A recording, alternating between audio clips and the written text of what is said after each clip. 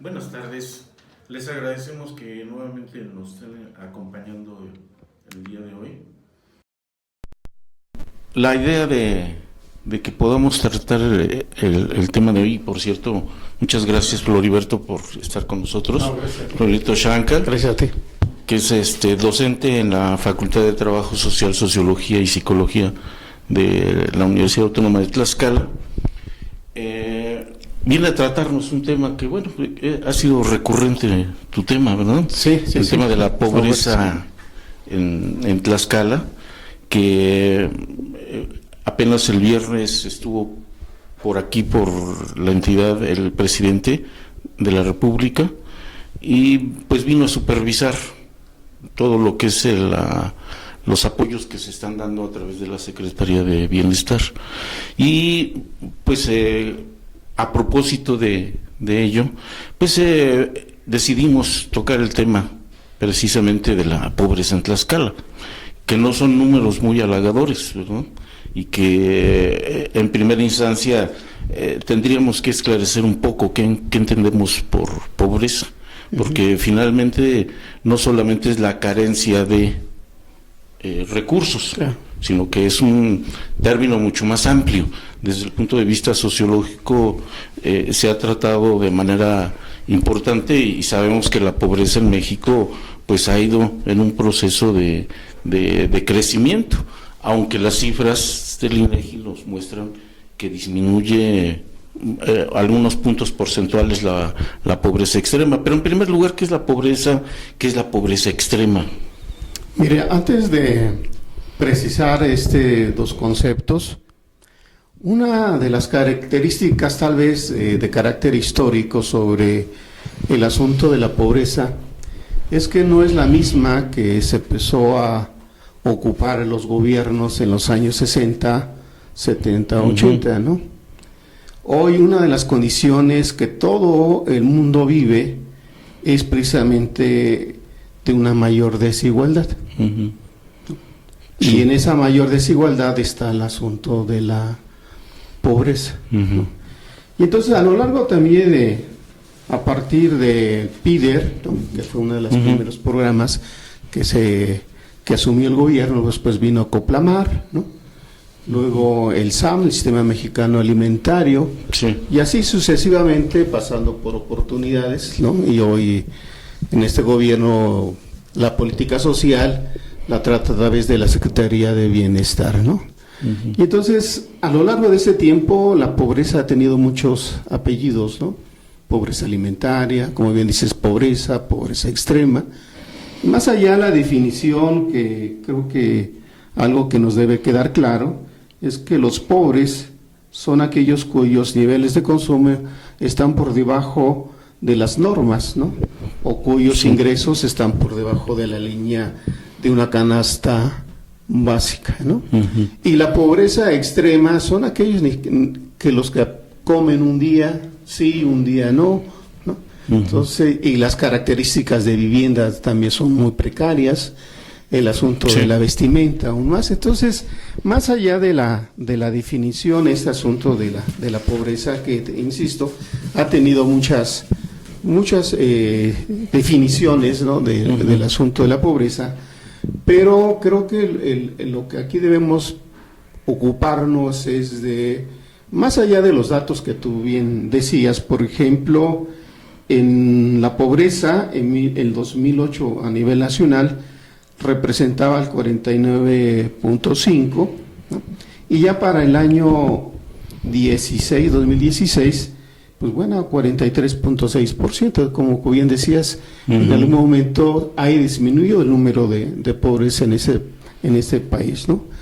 Al igual que este asunto que no hay datos, no encontré datos del 2008, por ejemplo, pero sí el 2006 de la pobreza extrema en el país representa el 7.6% de los pobres. Y entonces, esta discusión, es cierto, algunas políticas aplicadas en este país, pues sí, han tenido ciertos resultados positivos para disminuir el número de pobres. Pero lo que tú bien dices a propósito de la venida del del presidente este fin de semana pasado. El caso de Tlaxcala, por ejemplo, en términos de porcentajes, para el 2010 había el 60.3%, para el 2016, que son datos que da Coneval en su evaluación, tomo datos de Coneval, y ya para el 2016 53.3%, es decir, también Tlaxcala ha disminuido en términos globales el número de pobres, ¿no? Mira, yo creo que en efecto el término pobreza lo podemos dimensionar en una gama muy importante, porque, por ejemplo, para el Coneval hay dimensiones de la pobreza, ¿no? Que van desde la educación, salud, seguridad, vivienda e ingreso. Y en este sentido, quien tenga una de esas 5 carencias se le considera ya dentro del rango de pobreza, pero quien tenga más de 3 ya no es considerado pobre, ya es considerado pobre extremo. Sí. Y yo creo que casi todos nos vamos por la cuestión del ingreso, porque finalmente el ingreso representa ¿qué? Representa y empapa todas las demás dimensiones, las otras 4. Ajá. Y yo creo que Tlaxcala, insisto, no está en un buen lugar. No está en un buen lugar y solamente tenemos el menor porcentaje de pobres que Chiapas, Tabasco, Guerrero, Michoacán, Oaxaca, y creo que y Puebla, perdón. Sí, sí. Pero entonces la pobreza en Tlaxcala, yo creo que es un problema grave, porque finalmente, ¿dónde estamos geográficamente? ¿Y por qué en la parte del centro, que se supondría tendría mayor comunicación, tendría más cercanía con las grandes metrópolis del país, 2 de las más grandes? Sin embargo, encontramos municipios en donde la pobreza es extrema. Entonces, hay muchos contrastes en este sentido, y esos contrastes los encontramos inclusive en los mismos municipios. Porque, por ejemplo, hacia el oriente del estado encontramos una gran cantidad de municipios que viven en condiciones extremas, a pesar de que la riqueza que se genera en Tlaxcala es importante, ¿no? Y en este sentido, ¿tú cómo visualizas esa distribución geográfica de la pobreza en nuestra entidad? Creo que uno también tiene que recurrir a la historia. En los años 60, gran parte del desarrollo local o de la entidad estaba sustentada en la agricultura, pero la agricultura no daba los ingresos suficientes para alimentar a las familias, que por cierto eran muy numerosas.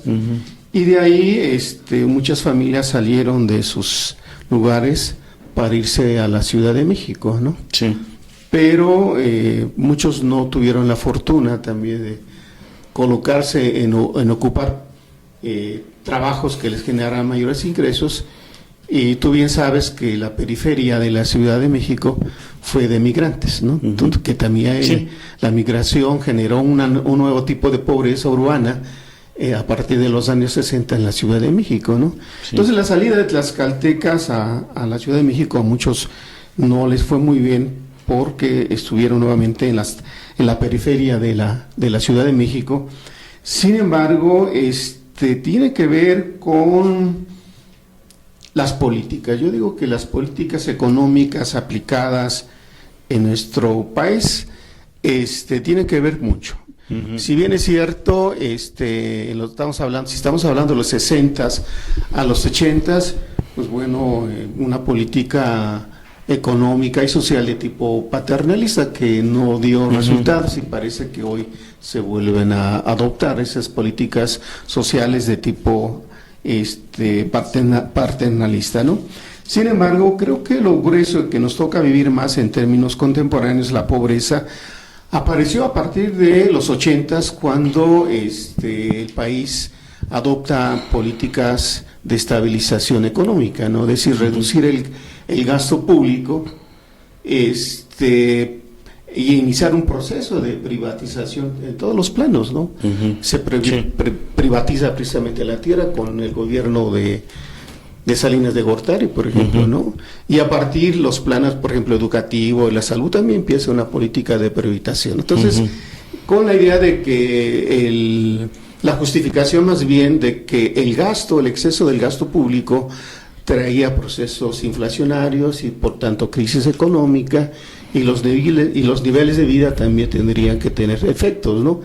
Y entonces durante 30 años que se aplicó el modelo neoliberal en México, pues bueno, tiene que ver con estas consecuencias. Y el caso particular de Tlaxcala, bueno, se detuvo, podríamos decir, el proceso de industrialización que inició en los 70s, ¿no? Que parecía iba muy bien, pero nos llegó la crisis del 81, 82. Es decir, cuando Tlaxcala iba apenas parecía que despegaba, nos vino la crisis económica y por lo tanto vino el proceso de desmantelar la política industrial en México, no solamente en Tlaxcala, sino en el país. Prácticamente no tenemos política industrial, que lleva más o menos 30 años, y el abandono precisamente del campo mexicano. Los pocos campesinos que mantenían con muchos esfuerzos sus tierras, pues fueron emigrantes hacia Estados Unidos, y hoy tenemos un campo muy abandonado, ¿no? Sí. Ahí puedes caminar en algunos pueblos, ves tierras abandonadas, ¿no? Y porque precisamente no hay apoyos por parte del gobierno estatal o por parte del gobierno federal para reimpulsar precisamente esta área productiva, que es muy importante. Pero hoy tenemos que agregar, no hay mano de obra, está afuera. Y entonces, si queremos reactivar el campo en Tlaxcala, tenemos que pensar en otro tipo de personas para reactivar la actividad económica. No hay duda que en los últimos gobiernos hay intentos por reindustrializar el país, pero no es suficiente, ¿no? A ver, yo quisiera visualizar en Tlaxcala que geográficamente no es lo mismo hablar de pobreza en el centro de Tlaxcala que por ejemplo, tú que eres de San Pablo del Monte, es decir, qué tipo de pobreza tenemos, porque la que se está generando en el oriente es por una distribución de la riqueza bastante negativa, ¿no? ¿Qué sucedería en otras regiones? Porque bueno, la zona oriente, insisto, es una zona fértil, es una zona donde se produce la agricultura es la parte fundamental del desarrollo de esta región, pero tenemos ya también algunos fenómenos nuevos, ¿no? En el oriente, que es el paso para ir a Veracruz. Resulta que están proliferando otro tipo de economías. Por ejemplo, yo creo que la delincuencia organizada ha encontrado en esa parte oriente y ha provocado que la pobreza se distribuya de otra manera. Mira, sí. Hay un asunto que se discute en todos los espacios, entre ellos, bueno, en este momento, es el asunto del crecimiento económico, ¿no? Sí. En los últimos 30 años, el crecimiento de la economía va entre 2 y 2.5% en promedio de los 30 años, ¿no? A diferencia de la mejor época del país, entre 40 y 80, alcanzó más de 6% de crecimiento de la economía, ¿no? Y entonces, parte de este escenario que vemos es la falta de empleos, no hay demanda laboral, de la fuerza laboral disponible. Y si tú le calculas que a nivel nacional se incorpora en el mercado 1,5 millones de personas, y si no hay espacios para el trabajo formal, ¿no? Dentro de la economía real, ¿no? Y entonces hay eventos como el que tú señalas, A ¿no? ver, se están incorporando al mercado de trabajo más de 1 millón de gentes anuales. ¿No? De la oferta. ¿Y cuántos empleos se están generando? Sí, es ahí donde uno debe ver entonces qué pasa con los jóvenes, si están buscando un ingreso, ¿no? Y si no lo encuentran, y no solamente es generar empleo, sino No. la calidad del empleo. Pero también otro asunto que nos llevaría a este planteamiento es los salarios, ¿no? Los salarios no crecen, pero no crecen precisamente por el asunto de la política o de la economía mundial, que está dominado por el sistema financiero, no por la economía real, ¿no? Sí. Sino por el capital financiero. Y lo que pueda aportar la economía real se sustenta precisamente en salarios muy bajos, ¿no? Entonces, ¿cómo hacerla? Es cierto, si tiene primero la calidad del empleo no es buena, y si le agregas que el salario no es suficiente, ¿no? Es decir, ¿qué haces con un salario mínimo, ¿no? No te alcanza, ¿no? Para lo que se planteaba al inicio de la canasta, mantener la canasta básica, ¿no? Y eso mismo lleva precisamente a que si no encuentras empleo y si encuentras alguno es salario muy bajo, bueno, lo que tú decías, están generando nuevos tipos de economías, pero ligadas a la violencia, ¿no? Claro. ¿No? Como el caso de la zona de Oriente, ¿no? Donde pues el crimen organizado precisamente Ha sentado sus reales. y entonces cada día avanza precisamente porque los jóvenes en la desesperación de consumo, porque el mercado, además el mercado, prendes un poco un televisor y ves la cantidad de bienes que te ofrece el mercado, y tú sin dinero, ¿qué haces, no? Pues te incorporas, Es decir, ahí está, ¿no? Sí. Ahora sí que tenemos un problema, que la pobreza acarrea otra serie de situaciones, ¿no? Porque finalmente la pobreza no es que no tengas empleo, es que tienes un empleo muy mal pagado. Y hay un mercado que te está creando necesidades. Pero esas necesidades no las puedes cubrir. Es decir, ¿qué es lo que sucede? Y yo creo que este es un problema alterno. ¿Qué es lo que sucede con el mercado interno en Tlaxcala? Por ejemplo, la ocasión anterior veíamos que el mercado informal está inundando a más del 60% de la mano de obra. De la mano de obra. Entonces, ¿qué pasa con la economía formal? ¿Qué está sucediendo? ¿A dónde nos va a llevar esto? Porque finalmente tampoco Tlaxcala está creciendo en términos económicos, está creciendo por abajo de la media nacional. Pero aquí es donde tenemos que caer en la cuenta de que la pobreza no solamente es la falta de un empleo, no solamente es la falta de un ingreso, sino que va mucho más allá, ¿no? En donde tenemos una clase media a nivel nacional que está entrando en un proceso de empobrecimiento. Ahora, la política social del nuevo gobierno está orientada fundamentalmente a ir cubriendo esa parte superficial de la pobreza, no el fondo. De inicio podemos decir hay una tensión que tiene que ver con pues las promesas de campaña. Sí. Y por eso hoy escuchamos la entrega de becas, de ingresos a los jóvenes, a los ancianos, pero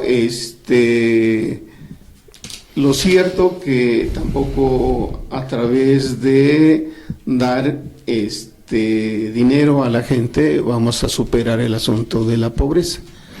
Más bien la política social de este gobierno, es cierto, es importante distribuir la riqueza de este país, ¿no? Porque por decir algo, ¿no? En el mundo, ¿no? Te voy a citar un dato en el mundo y que se refleja parte del país, ¿no? Entre 2016 y 17, ¿no? Son datos de Oxfam. Sí. Él en su informe dice que el 1% más rico de la población del mundo, el 82% aumentó su riqueza entre el 2016 y 2017. Y el 50% de la población mundial, es decir, más de 3.700 millones de personas en el mundo, apenas concentra la riqueza del 1%, ¿no? Y si tú regresas a este país, te vas a dar cuenta que hay una concentración similar, ¿no? Sí. De la riqueza en unas cuantas familias, en unas cuantas empresas de gran tamaño, que su preocupación es precisamente la concentración de la riqueza, ¿no? Entonces, había que decir precisamente que este tema también de la pobreza tiene que ver fundamentalmente, pues bueno, que el mismo sistema capitalista está diseñado para la concentración del capital y poco precisamente para la distribución de su riqueza. Y los reflejos, tú bien lo decías, ¿no? Bueno, la pobreza, los ingresos no suficientes porque el sistema está diseñado así, ¿no? Pagar salarios magros, ¿no? Sí. Para que esto dé resultado la concentración del capital. Y yo diría que, bueno, los últimos años, y el capitalismo lo ha hecho en cualquier momento de la historia, que las políticas económicas en el mundo, y en las excepciones de este país, están encaminados precisamente a la concentración de la riqueza, ¿no? Sí. Y los esfuerzos de este gobierno, yo entiendo así, que está intentando un poco distribuir la riqueza que se genera en este país. Pero hay un asunto, ¿no? Esto no es el resultado de la economía en mejores salarios, mejor calidad del empleo, sino se da a través de política de gasto, es decir, a través de la política fiscal. Y la política fiscal, como bien decíamos hace un momento, lo estamos viendo en dar dinero, que la gente entiende como que le dan dinero gratis sin hacer nada, ¿no? Pero me entiendo que es una parte de su propuesta de política social, de hacer poco caer esa riqueza que se obtiene o que administra el gobierno a través de los impuestos, ¿no? Pero yo digo que no va a ser suficiente, que el gobierno tiene que pensar, el gobierno actual tiene que pensar en una política de gasto, es decir, más que de gasto, una política de gasto de inversión. Puede tener esas dos. Un poco seguir dando dinero a la gente que no tiene los ingresos suficientes y que con eso puede un poquito aminorar su carencia, ¿no? Otro, se discute con una forma de reactivar el mercado local, ¿no? La economía local, ¿no? Pero lo importante para crecer la economía es precisamente la inversión pública, la inversión de capital. Y esto te llevaría precisamente a que a partir del gobierno se generarían fuentes de trabajo. Pero estamos pensando en la actividad productiva, no solamente dar dinero, porque si no, no alcanzaría esto, ¿no? No generaría un desarrollo económico. Y lo vemos en Tlaxcala. En Tlaxcala, menos de 200,000 tlaxcaltecas concentran buena parte de la riqueza que se genera en la entidad, ¿no? Que no estamos muy lejos del nivel nacional. Es decir, más o menos, en efecto, la población mexicana, menos del 10% concentra más del 80% de la riqueza, ¿no? Y en el mundo, pues, tampoco es la excepción. Entonces, finalmente, ¿qué es lo que tendría que hacerse desde el gobierno? Tú ya señalaste un punto importante que es, bueno, no se trata de repartir, sino de generar empleos, y empleos bajo otra perspectiva. Entonces, para ti es que el principal generador, y quisiera que fuera como conclusión, Floriberto, el principal generador del empleo y de la distribución de la riqueza tiene que ser el gobierno. Hay una discusión, y lo vimos durante 30 años, ¿no? Con la llegada, creo que fue más clara, del gobierno de Salinas, cuando él dijo que el mercado nos haría justos. Es decir, que a través del mercado se iban a mejorar los niveles de vida de los mexicanos, pensando que iban a tener mejores niveles de ingreso. Sin embargo, la experiencia nos dice otra cosa, ¿no? Pero con la llegada de este gobierno, yo pensaría que no solamente el Estado mexicano y los gobiernos locales tienen que impulsar una política industrial, ¿no? Sino también acompañada de una política que genere certidumbre de la inversión privada, porque hay pues, señalamientos de desconfianza al actual gobierno, pero es precisamente porque casi nos hemos acostumbrado de vivir bajo los lineamientos del Fondo Monetario Internacional, y de ahí que me sorprenda que en las semanas pasadas la ejecutiva del Fondo Monetario Internacional estuviera así como algo de contenta o satisfecha de la política económica que está implementando el gobierno de este país. Y entonces es decir que la pregunta ahí sería, ¿estamos cambiando ya de paradigma del desarrollo?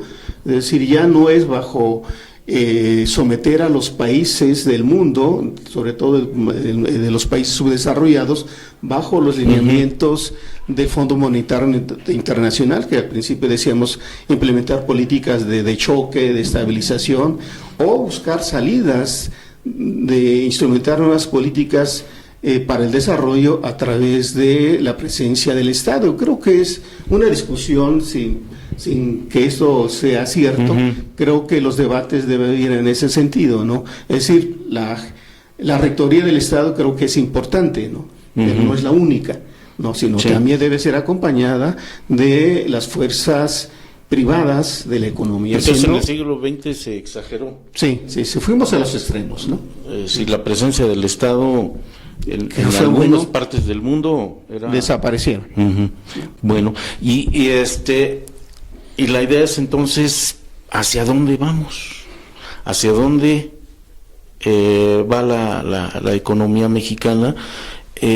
Nosotros sabemos, y el tema de la pobreza en Tlaxcala pues ha generado muchísimas controversias, pero ¿hacia dónde vamos?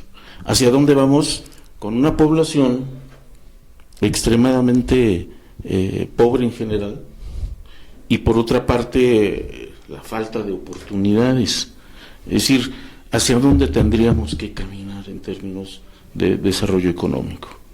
Es una pregunta muy fuerte y que requiere precisamente de una gran discusión.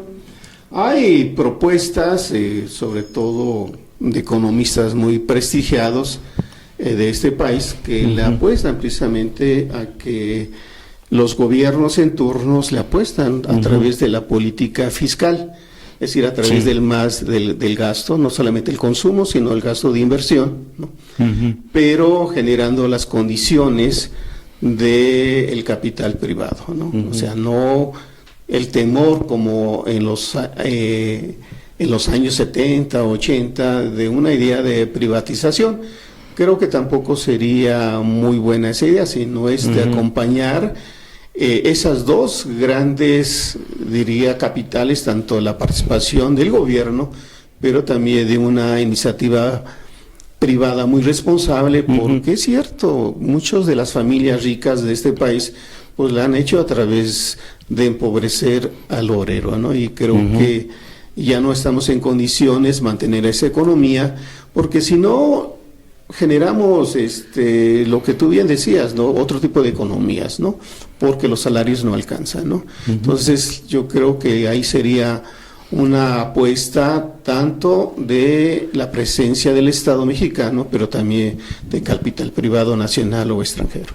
Bien, bueno, pues te agradecemos. No, gracias a ti por invitarme. Schenkel, docente de la Facultad de Trabajo Social, Sociología y Psicología. Les agradecemos nuevamente que nos hayan acompañado hoy y los esperamos la siguiente semana.